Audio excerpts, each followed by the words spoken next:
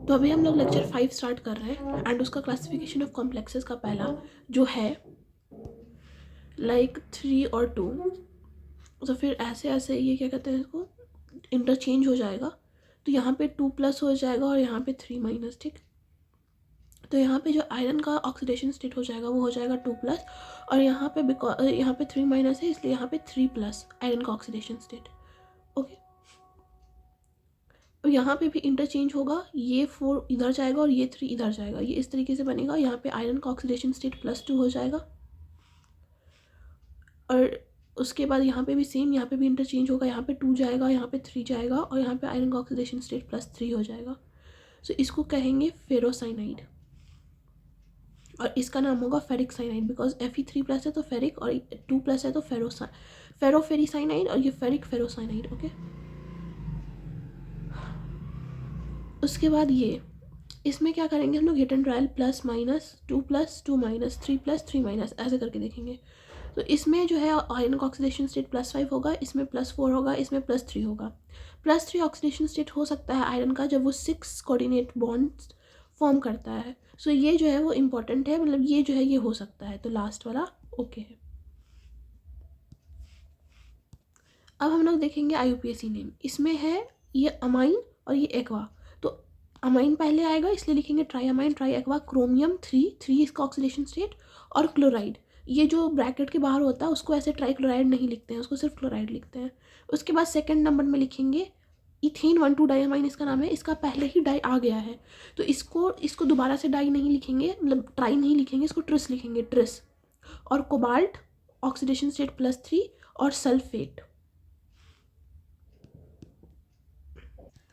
उसके बाद सेकंड वाला इसमें होगा अमाइन। अमाइन देखेंगे, डी को नहीं कंसिडर करेंगे, ए को कंसिडर करेंगे। तो अमाइन पहले आएगा, डाई अमाइन, क्लोरो या chlorido, nitrito N, nitrito N, NO2 का नाइट्राइटो क्या होगा, नाइट्राइटो एन, और प्लैटिनम 3, प्लैटिनम 2। ओके, उसके बाद जो के बाहर है उसको नहीं लिखेंगे कुछ, तो उसके साथ 1 2 3 नहीं लिखेंगे, जो ब्रैकेट में होगा उसके साथ ही 1 2 3 लिखेंगे। तो पोटाशियम बाहर है तो उसको सिर्फ पोटाशियम लिखेंगे, और ये एनाइनिक पार्ट है तो अच्छा, उसके पहले potassium trioxalato chromate, anionic part है इसलिए क्रोमियम क्या क्या हो जाएगा, क्रोमेट हो जाएगा, 8 हो जाएगा, एनाइनिक पार्ट में है इसलिए, और फिर इसके अंदर में 3।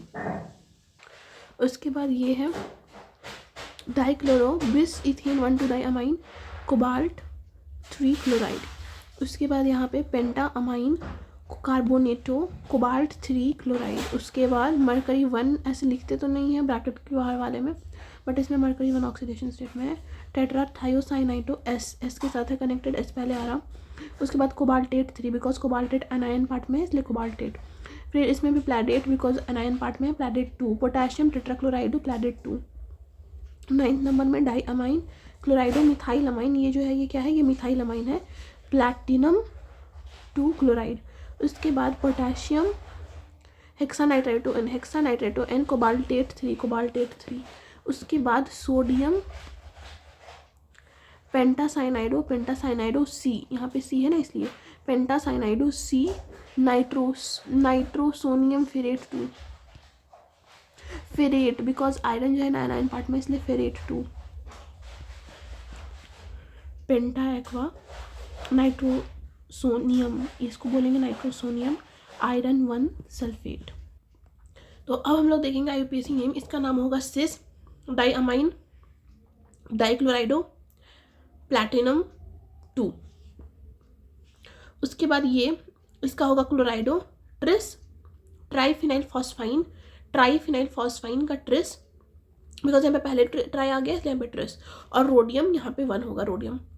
उसके बाद 15 नंबर एग्जाम्पल, इसका होगा डाईअमाइन सिल्वर 1 डाईसैनाइडो अर्जेंटेट 1, अर्जेंटेट बिकॉज ये एनायन वाले पार्ट में है इसलिए अर्जेंटेट 1।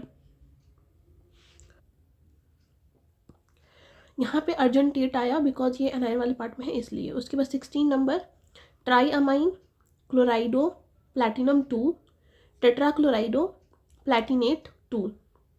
तो यहाँ पे हम लोग प्लैटिनम और ये प्लैटिनम का निकाल लेंगे कैलकुलेशन करके, प्योरली लाइक जैसे यहाँ पे निकाला गया है इस तरीके से कैलकुलेट करके भी हम लोग निकाल सकते हैं। ऑक्सीडेशन नंबर, और ऐसे भी अगर प्लैटिनम यहाँ पे 4 कोऑर्डिनेट बॉन्ड फॉर्म कर रहा है यानी कि +2 होगा, यहाँ पे भी 4 कोऑर्डिनेट बॉन्ड फॉर्म कर रहा है यानी कि +2 होगा, यहाँ पे प्लैटिनम 6 कर रहा है, यस 6 कोऑर्डिनेट बॉन्ड फॉर्म कर रहा है तो +4 होगा, यहाँ पे 4 कर रहा है तो +2 होगा, 4 कर रहा है तो +2 होगा और ये +2 होगा। तो इस तरीके से भी हम लोग कर सकते हैं, लाइक ओरली याद कर सकते हैं, बार बार प्रैक्टिस करने से हो जाएगा, और हम लोग इस तरीके से सॉल्व भी कर सकते हैं। Now this example, this is EDTA, that is ethylene diamine tetraacetate, cobaltate होगा because this is anion part, cobaltate 3 ion, ये जो है वो आयरन 3 हेक्सासाइनाइडो सी फेरेट 2, और ये होगा आयरन 3 हेक्सासाइनाइडो सी फेरेट 3। इस तरीके से हम लोग इसको लिख सकते हैं। ओ सॉरी, यहाँ पे ये 2 होगा ना, आयरन 2 है ये, दिस इज आयरन 2, इसके ऊपर +2 है, इसके ऊपर -3 है, then +2 -6 gives -3s, this is +2, okay now in this example the complex is this has an octahedral geometry, name of this complex according to IUPAC would be, सबसे पहले तो कोबाल्टेट का निकालेंगे ऑक्सीडेशन नंबर, that is 3, तो जो जिसमें 3 है वो टिक और बाकी सारा क्रॉस, उसके बाद सिस अमाइन क्लोरो बिस इथिलीन डाई अमाइन, यहाँ पे देखो बिस नहीं है तो ये गलत हो जाएगा, कोबाल्ट 3 आयन, तो this is the correct option. उसके बाद जहाँ पे WOC आएगा यानी कि वाटर ऑफ क्रिस्टलाइजेशन आएगा जहाँ पे, वहाँ पे कैसे नेमिंग करेंगे, तो ये पहला एग्जांपल जैसे हम लोग नॉर्मल नेमिंग करते हैं वैसे ही लिखेंगे कि टेट्रा अमाइन डाइक्लोराइडो क्रोमियम 3, ठीक है, टेट्रा अमाइन डाइक्लोराइडो क्रोमियम 3, उसके बाद क्लोराइड डाइहाइड्रेट, ठीक, उसके बाद सेकंड जो है वो होगा टेट्रा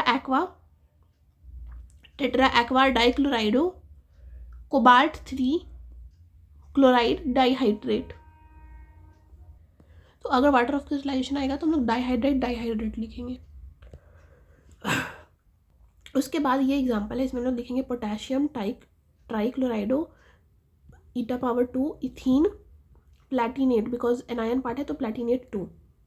उसके बाद ये इंपॉर्टेंट है, इसको देखो ध्यान से, इसको लिखे हैं डाई (6) बेंजीन क्रोमियम 0 है इसका, इसके पावर 0, इसके ऊपर ऑक्सीडेशन स्टेट 0 है, या तो सीधे लिखो डाई बेंजीन क्रोमियम 0, ठीक है, लेकिन कोई बुक डाई नहीं बिस लिखता है, कोई बुक लाइक एनसीईआरटी का तो यही है, ये एनसीईआरटी में नहीं है, कोई बुक क्या करता है वो बिस लिखता है, वो क्या बोलता है ना कि कोई भी ऑर्गेनिक लिगेंड होगा ना तो उसकी जगह पे डाई ट्राई यूज़ नहीं करेंगे, ऑर्गेनिक लिगेंड में क्या यूज़ करेंगे, बिस ट्रिस टेट्राकिस ये सब यूज़ करेंगे।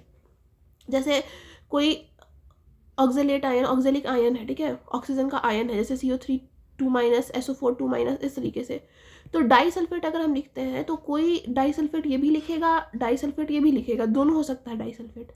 तो वो कुछ बुक्स क्या बोलती है ना कि इसको लिखने के लिए बिस सल्फेट, ताकि पता चले कि वो सॉल्ट के आगे में 2 है, और डाई सल्फेट मतलब ये, तो जैसे ये है H2S2O7, ये ओलियम है या इसको डाई सल्फेट भी कह सकते हैं, ठीक है।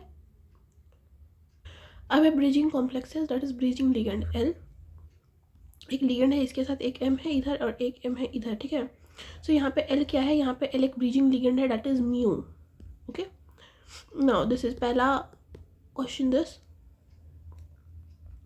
Cl5, तो यहाँ पे कोबाल्ट जो है यहाँ पे x = 3 लिखेंगे, और यहाँ पे क्रोमियम को y = +3 लिखेंगे, तो 50 + x + -1 ऐसे करके जब हम लाइन बाय लाइन लिखेंगे = 0 -5 = 0, तो हमारे पास आएगा x + y = 6, यानी कि 3 होगा। हम लोग ऐसे भी कर सकते हैं कि यहाँ पे कोबाल्ट जो है वो 6 कोऑर्डिनेट बॉन्ड फॉर्म कर रहा है, तो 6 कर रहा है, और यहाँ पे क्रोमियम भी 6 कोऑर्डिनेट बॉन्ड फॉर्म कर रहा है, तो इसका जो ऑक्सीडेशन नंबर होगा वो +3 होगा। हम लोग इस तरीके से भी सोच सकते हैं।